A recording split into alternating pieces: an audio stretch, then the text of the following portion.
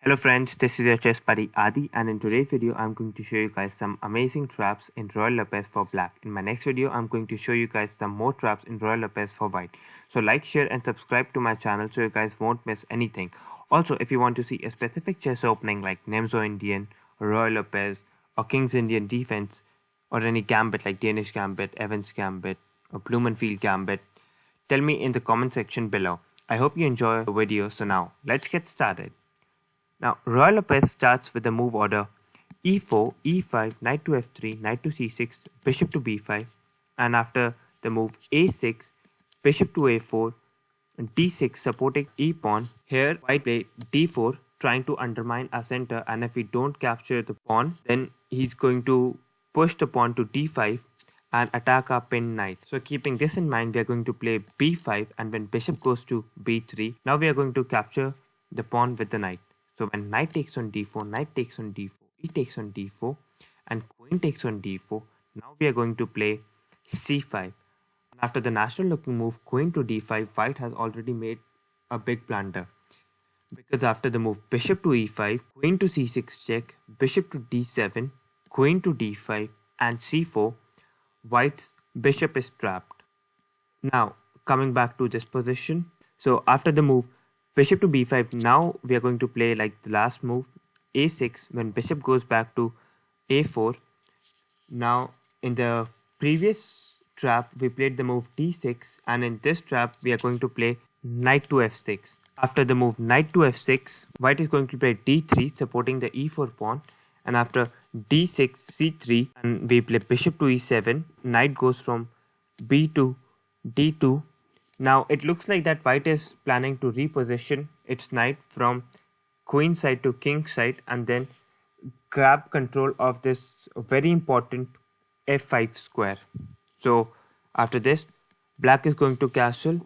After knight to f1, we are going to play b5, and when bishop retreats to c2, now we are going to play knight to h5. It looks like white can be a pawn up after the move order knight takes on e5, knight takes on e5. But at this position, white queen cannot capture the h5 knight, because if queen takes on h5, then we are going to trap that queen after the move bishop to g4. Now guys, coming back to this position after the move a6, bishop to a4, and in this video we're going to see knight to c6. White is going to castle, and when knight takes on e4, white will sacrifice a pawn and go for the initiative with the move d4.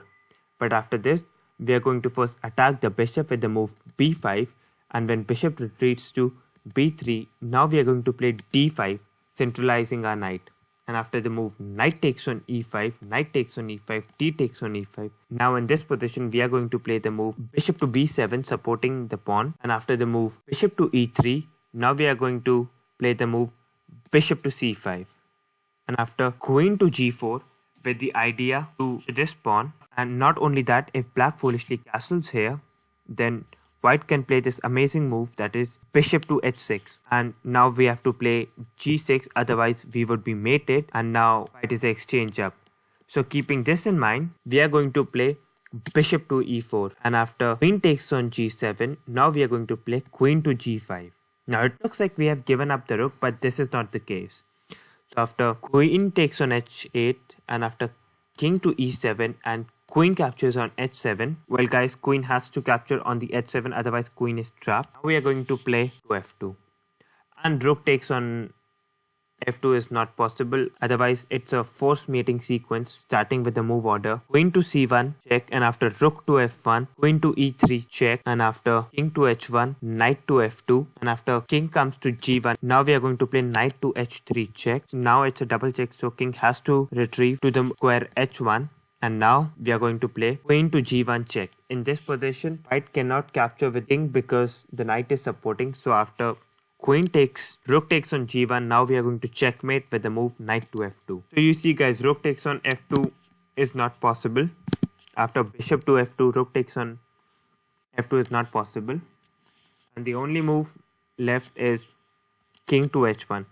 We are going to just capture the e5 pawn. And it looks like white is doing pretty good. But no, this is not the case. Believe me or not guys, white has to give up the queen. because if white plays any natural looking move like knight to f3, we are simply going to play rook to h8, and after the move rook to h8, white is lost because there's a mate threat on h2 and there's nothing white can do in order to stop the mate. Coming back to the position bishop to b5. After this, we can also reply with the move knight to f3. And after the move knight to f3, white is with the move d3. Now we are going to play a surprising move, knight to e7. Now it looks like white can easily capture the pawn on e5. Guys, this is exactly what we want. And after the move c6, white is going to play the move knight to c4 with the idea that if black takes the bishop on b5, then I can checkmate black with the move d6. But this is not we are going to play, guys, because after knight to c4, we are going to play knight to g6. And after it goes back to a4, now we are going to play b5. And we are going to be a piece up. Now coming back to this position. Now this is the last trap of this video. And this trap goes like knight to d4. And chances are more or less this will be the case where most of your people will fall into this trap, because after knight takes on d4, e takes on d4, and bishop goes to c4. Now we are going to play knight to f6, and after white attacks the knight with the pawn, now we are going to counter attack the bishop with the move d5, and after bishop retreats to b3, now we are going to play bishop to g4, and after f3, now we are going to play knight to e4. And after this position, white cannot take either of the pawns, because if white takes the knight on e4, then he's going to drop the queen. And if white takes the bishop, now we are going to simply play queen to h4 check. And after g3, we are going to simply capture the pawn on g3. And remember, guys, white cannot recapture, because now we are going to simply capture the rook in the corner on h1 and check. And after the move king to e2, play queen to g2 check, and when king to e1, we can be again a pawn up. And after the move king to f1, you can already see, guys, this is a winning position. So coming back to the game, so after the move knight to e4, white is going to castle more or less, and now we are going to play the move d3. And after f takes on g4, now we are going to play bishop to c5 check, and after king to h1, now we are going to play knight to g3 check. And after the move h takes on g3, now we're going to play queen to g5. And in this position, guys, white has only one move, and that is rook to f5.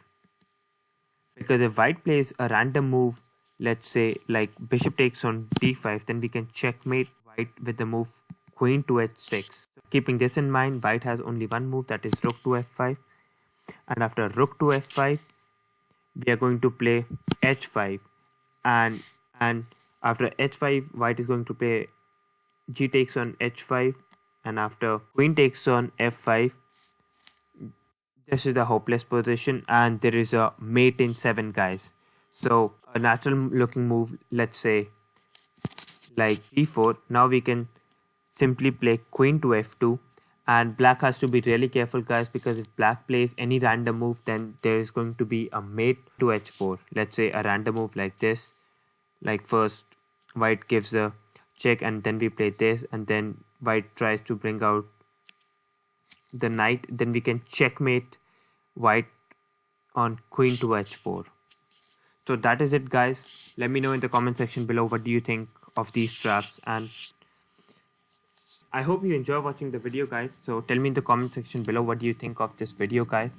And also, guys, there's a little suggestion that you should use these traps in bullet or the blitz, because maximum chances of your opponent falling in these kinds of trap is in the bullet or the blitz. So I wish you good luck with your chess, and see you next time.